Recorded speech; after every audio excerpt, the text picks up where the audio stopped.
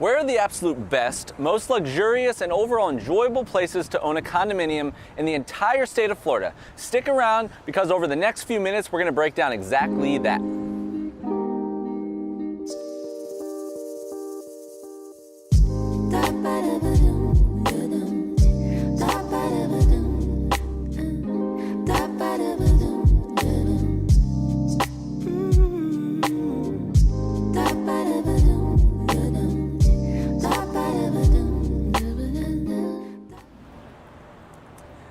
Hey guys, in today's video we dive into 3 of the most attractive condo living area options in the entire Sunshine State. We're going to hash out everything you should deem important, what life is like, the prime proximity, the location, the beaches, the attractions, the dining, and everything else in between, including the condo options. Hope you guys enjoy. Please don't forget to subscribe and let's get rolling.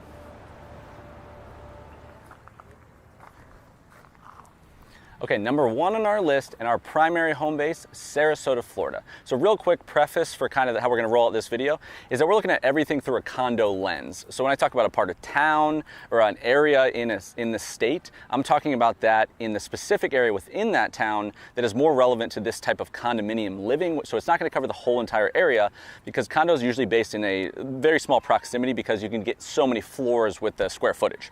So with that being said, Sarasota, Florida's location as a whole, it's Southwest Florida Gulf based, and it puts you basically an hour and a half north of Fort Myers. It puts you a 45 minutes to an hour 15 south of the Tampa Bay area, including St. Petersburg. And it basically just hugs that narrow nook of the gun in Florida of the Gulf Coast. And then finally on this one, I think this is one of the most unique condominium living areas in the entire, maybe the entire country in my opinion, because what you have is you have a main thoroughfare of the downtown area that is kind of unique and it's upscale and it's very clean, but that area is based right on the coast. And not a lot of areas are like that. So a lot of times the actual Gulf or the ocean coast is not on the same side as the downtown. So what happens is when they hug each other, it creates a little strip of mainland in between that's western, and it kind of creates this western triangle is the way I think about it. So it's a little tiny strip of mainland that's west but not on the barrier islands yet, so it's divided by beaches.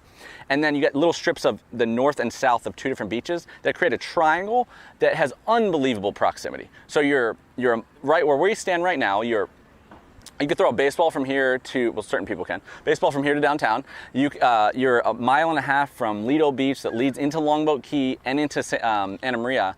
And then you're just about 4 miles just north of Siesta Key. And you can live right in the middle and have access to all of that. So you can walk to one and you can live on the fringe of each, but just unbelievable little triangle. And it's just because it's created by the shape of the town. It's really unique as a whole. One of the most special things about this area. Okay, now I'd like to talk about quality of life. Sarasota, Florida, like many Florida-based coastal cities, offers almost an overwhelming amount of things at your fingertips in a close vicinity. And one of the main attractions of Florida with all the sunshine would definitely be outdoor recreation. So I want to hit that first. So low-hanging fruit-wise, just the beaches alone are pretty unbelievable. You have Siesta Key, Longboat Key, Lido, Anna Maria Island, Casey Key, all within a very small radius. And then beyond the Gulf Coast, what the barrier islands of the beaches create is this kind of inlet style that creates a pretty unbelievable fishing, boating environment. So you have the bay that it hits before the barrier islands, and it just creates kind of unique, calm water. So boating's abundant, paddleboarding, kayaking, all of that is 100% one of the things you can enjoy in this area. And there's boat clubs and you can own, but there's a myriad of options to do that for different price points. And then lastly, for kind of the tennis and the pickleball and the kind of more active kind of outdoor recreation, ton of so you have private clubs. Almost every single neighborhood that I'm in these days has tennis and pickleball. And if you're a pickleballer especially, rather intense crew there, so even as you age, you can still kind of keep that competitive fervor. But overall, outdoor recreation-wise, Sarasota, Florida offers an incredible experience.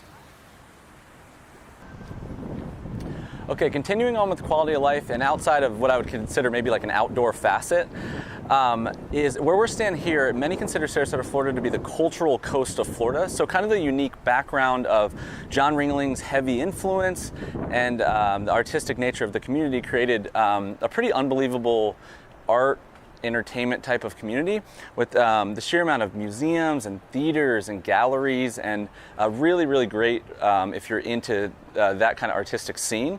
From those of you that are into shopping, you also have some really great options for that too. So where we stand here, downtown Sarasota is lovely, a lot of options there. You have districts like St. Armand Circle, which is going to be beach-based. That's going to be Lower Lido, below Longboat Key. You have Venice Island, which is a more eclectic, laid-back downtown that's really coastal-based. Below the Sarasota city limits. And then you have like more normal like University Town Center, which is the new, it's kind of an upscale mall district that would give you a little bit more traditional shops. And then finally, rounding out quality of life in Sarasota, Florida, it's a really great food scene as well. So a real numerous amount of like high level chefs and Zagat rated restaurants and just highly rated stuff in a small district. And then it really fits anyone's taste. So whether you want like your traditional seafood at a Burns, in Burns Court at Owens Fish Camp or Duval's on Main Street, or you want a night out like at Boca or Selva, or you want kind of a laid-back beach environment like Daiquiri Deck or Siesta Key Oyster Bar, or even like your eclectic like Indigenous or Euphemia Hay, there's really something for everyone. All within, again, the same district where most of these condominiums are based. So I would say all in all, really, really pleasant overall lifestyle. Okay, and finally, I wanted to round out this section by talking about the housing or the condominiums themselves. So from a variety perspective, there are dozens and dozens of buildings within a small vicinity, almost overwhelming amount if you don't know the area well, of like the true amount of options depending on your specific criteria. And it's every shape and size. It's from your $9 million, 5,000 square foot like bay or beachfront place, or like the Ritz-Carlton or something like that, to your more boutique feel of smaller, less units, of 15 units in a Orange Club in Burns Court. There's something really to fit everyone's fancy. And then even like you always have like a coming soon, like a Beso or a 688 or something like that. So again, we're going to get way deeper in the nitty gritty on not this type of video on the channel. So way deeper, we're going to get through all of this stuff. But I did want to mention that you're not going to be lacking amount of options. Okay, now in this part of the video, we are based in Sarasota, Florida primarily. Like I mentioned before, but in this part of the video, I wanted to give two other really, really nice options with similar tastes of people looking at condominiums across the state of Florida. And I'm gonna do my best to educate you as much as possible and show as much of that area as we can. Okay, number 2 on our list is some of the best places in the entire state of Florida to live for condominium ownership, Naples. So Naples, like Sarasota, is also Gulf Coast based, just a lot further down in the state, or a little further down in the state. So it's 2 hours below Sarasota, Florida, but it's also just 2 hours to Miami, and also just a little over 2 hours to the West Palm Beach area, and a little easier access to the Florida Keys as well. Kind of summarizing it stylistically, the feel in my mind is a little bit more exclusive and luxurious overall. So the way the buildings are is offset off of the main road, and a lot of gates, and just a general feel of upscale and exclusive. And that comes with a little bit higher price point ability of like you can go a little bit more ham than in even like a Sarasota, just in what you can get on the higher tips of the price points.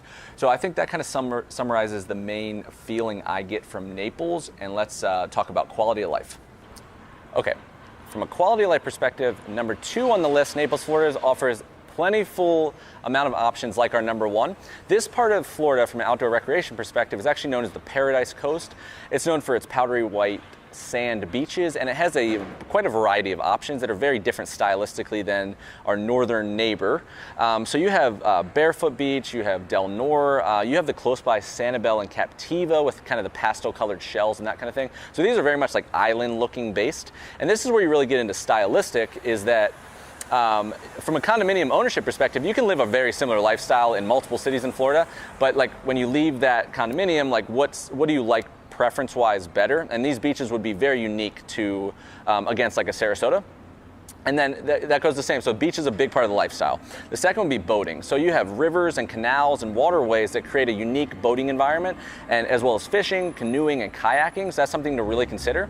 And then also with like kind of the island base, you have kind of the boating out to an island and enjoy that lifestyle. You have that whole thing.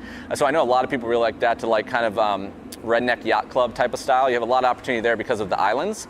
And then lastly, another really, really big thing that would be most different about this area is just the golf. So it's one of the top golf destinations in the entire United States, over 80 championship golf courses, and there's a lot of professional and amateur and type of stuff that goes on there. But if that's something you really enjoy, this would really be at a top level there. And then a little easier access to like a Jacksonville and a Miami and a West Palm for the same reason. So all in all, very, very attractive from an outdoor recreation standpoint. Okay, so kind of rounding out our lifestyle pleasantries in Naples, Florida, you have a place that basically is very often named one of the top retirement places and vacation places in the entire United States, and you have everything that comes with that. Artistically, you have cultural centers, you have museums, you have 2 performing arts theaters, you have numerous galleries. If you are someone that loves shopping, you have plentiful options. You have the major districts like 5th and 3rd. You have the waterside shops available to you. So boutiques, upscale, everything you'd want there is around in Naples. And then from a foodie perspective, kind of rounding out quality of life, you have over 700 restaurants in the district. That's including places like French Brazier, which is well known, M Waterfront, Belline. So really, like for someone that's buying this kind of condominium and living that lifestyle that I described, you have really all the options at your fingertips, in my mind, if it fits your style and your taste of a community. So I think it'd be very pleasant overall. Okay, so kind of rounding out the number 2 Naples, Florida, let's talk about the condominiums themselves. So from a variety perspective, you definitely won't be disappointed. You have everything from low rise to mid to high. Many of the buildings are located within walkable distances to the beach, local restaurants, kind of embedded in the communities, which is nice. And then again, like I mentioned previously, if you want to go to the tippy top, you have a little bit more luxurious options at the top here than some northern neighbors in the state, including you could do the $17 million at the Naples at Seasons at Naples K, I think's right. You could do the $6 million boutique feel of La Pearl, all the way to like $500,000 more investment poised seasonal type of stuff. And then there's a myriad of coming soon kind of prefab type of stuff as well. So again, overall, very, very exciting opportunity there. Would be pleasant at many different price ranges, and I think you'd enjoy it overall. Okay, this part of the video brings us to our third and final area for some of the best places for condominium ownership in the entire state of Florida, Miami, Florida. Miami is our much larger southeastern-based metropolis that's lower southeastern in Florida. And it is basically bordered by the Everglades to the west and Biscayne Bay to the east. Miami and its suburbs are primarily on the shores of Biscayne Bay, which is surrounded by hundreds of natural barrier reefs, which creates a really unique area, and it's just a much larger area. So it's third most populous metropolis in the eastern part of the United States, and as well as the 7th in the entire United States as a whole. So it's kind of like our mini Manhattan, and you have everything that comes with that lifestyle-wise, which we're going to hop into next on quality of life. Okay, you can't talk about lifestyle in Miami without first starting off with the beaches. So what's unique about Miami to our first 2 options is the Atlantic coast mixes with the Caribbean Sea. Our other 2 are Gulf Coast based, and what that does is basically turns the sand soft, it turns it white, and more than that, the water, it turns in kind of an aqua translucent color that's really, really, really pleasant. It kind of looks like when you're picturing paradise, the water really looks like that because of the mix there. And there's more than a dozen beaches, and they're all really unique kind of vibe-wise. Like I think people are always surprised if they haven't been there, kind of what they think of it. It's very diverse, and it's a large area, so you can kind of live it in many different ways. Some notables would be Sunny Isles, you have Surfside, you have North Miami, you have Miami Beach. And then beyond the beaches, you have, because of where that's based, real low in the state, deep sea fishing is great. You have tons of boating. You have all the different outdoor lifestyle recreation. There's golf, there's tennis, there's all of that kind of stuff. So anything for anyone in the family to enjoy. Okay, beyond outdoor lifestyle, from an entertainment perspective, from a quality of life perspective, Miami probably offers as much as any city in Florida. And what might be kind of like downsides of a populous community and a lot of people in a bigger city offers an array of diversity when it comes to entertainment. So you got goods and bads there. But just starting off with, I think a lot of people would view Miami with nightlife. And so you have everything from world-renowned clubs to South Beach. You have the edgy district of like a Wynwood or a downtown, Wynwood. So you have a lot of diversity there. Arts and culture, I think, would be another thing that you really need to look at when you just say Miami, what's different about it than other places. So you have everything from Broadway shows to traditional museums, you have the edgy public street art districts, you have festivals, you have stuff like Art Basel that brings thousands of people a year to the district, so a lot of options there. Okay, moreover, shopping opportunity wise, you have everything from modern, sprawling, indoor and outdoor malls to boutique stuff like the family-owned shops of Coconut Grove, and then different little cool corners of the city, so a lot of options there. Sports-wise, another great city. I mean, you have football, basketball, hockey, baseball, you have the Heat, the Marlins, you have the Dolphins, so you have a lot. There are major sports teams right in the small vicinity, and then just miscellaneous. You have boat shows, you have auto racing, and then you have the international airport there, and then also the biggest cruise port. So again, like a lot of things about, like, if you like the style of the city and it's very culturally diverse and you like the lifestyle, then it would be a very turnkey and offer an abundance of quality of life facets if it's not too much for you as a city. So overall, I think Miami is a really nice option for this level of condominium ownership. Okay, lastly, let's talk about the condominiums themselves in Miami, Florida. So this area is the third largest skyline in the entire United States. 300 high-rises, and over 50 of those are almost 500 feet tall, so tons of options there. You have, like, you want the beach lifestyle, you have Surfside, you have Bell Harbor, you have Sunny Isles. If you're interested in quieter areas, you have Key Biscayne, which is a really unique area. If you like the arts and culture districts, you have I would do a condo maybe in the design district with like the Art Deco type of style. But basically, whether you love the sun, the surf, the shopping, the nightlife, the quieter, whatever, Miami has an option for everything. And then really there, like, you could go as upscale as you absolutely want to, but also there's some stuff that you can find pockets of more affordability surrounding. You have everything from basically $25 million to $300,000 within the district, so plenty of variety. We're gonna get much deeper into later videos, but overall, I think something to fit most people's lifestyle if you like the city itself. All right, guys, that does it for this video. Really hope you enjoyed it. If you did, please subscribe. Please check out some other videos we'll put here that may add you some extra value. Please look at our contact information here as well. Reach out if you need anything at all. Again, I'm Adam Hancock. Thank you again for watching. We'll see you on the next one.